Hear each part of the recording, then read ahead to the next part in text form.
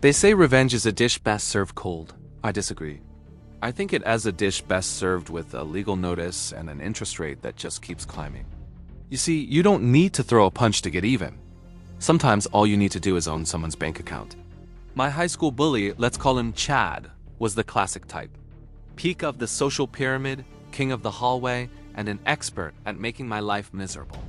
Fast forward a decade, and I see him all over social media, bragging about his flashy car, his designer clothes, and his lavish vacations. The perfect life, right? Wrong. I did a little digging and discovered something beautiful. Chad was living on a mountain of credit card debt. He wasn't rich. He was just really good at borrowing. While my first instinct might have been to get angry, I had a much better idea. I didn't get mad. I got strategic. I became what you might call a paperwork assassin. Now, you're probably wondering, can you just buy someone's personal debt? The answer is yes, absolutely. When people default on their loans or credit cards, banks often sell that debt to third-party collection agencies for pennies on the dollar. They just want to get it off their books, but here's the secret. It's not just big agencies that can buy it. With the right legal framework, an individual can too. It takes some paperwork, setting up a proper business entity, and navigating the legal system, but it's entirely possible.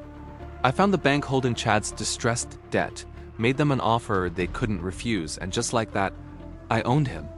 The moment the deal was finalized was one of the most satisfying moments of my life.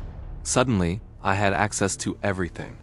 Not his social media persona, but his real financial life. I knew every late-night food delivery, every overpriced coffee, every impulsive online purchase. I had total financial surveillance. I probably knew his spending habits better than he did. It was fascinating, watching the guy who paraded his fake wealth continue to dig his own grave, completely unaware that I was the one holding the shovel. Now, owning the debt is one thing, collecting it is another. I wasn't going to send goons to his door.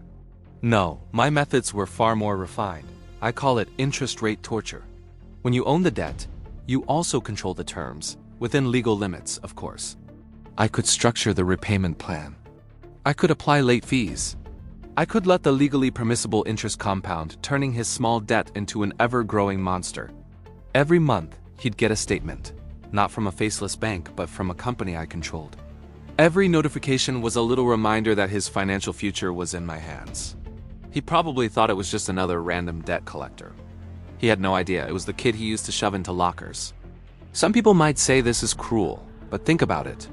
Ruining his past, what would that accomplish? Nothing. Owning his future, however, that's where the real power lies. It's not about destruction, it's about control. It's about teaching a lesson that sticks.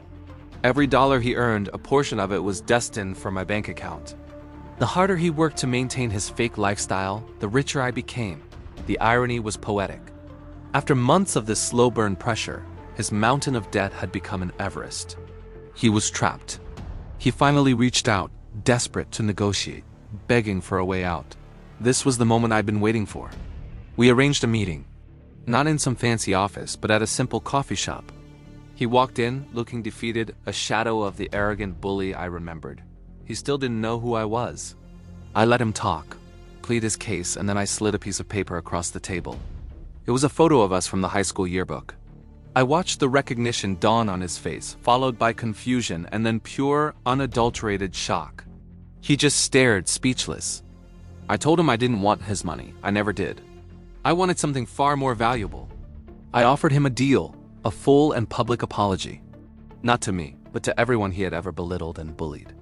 He had to post it on all his social media platforms, the same ones he used to flaunt his fake success. In exchange, I would forgive the entire debt. He had a choice, financial ruin or a slice of humble pie. He chose the pie.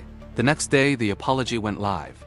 It was raw, it was embarrassing for him, and it was beautiful. For the first time, he was being honest. And with one click, I canceled his debt and set him free. Revenge doesn't have to be about causing pain. Sometimes, the most powerful form of revenge is forcing someone to become a better person. Thanks for watching, and if you enjoyed this story, make sure to like and subscribe for more.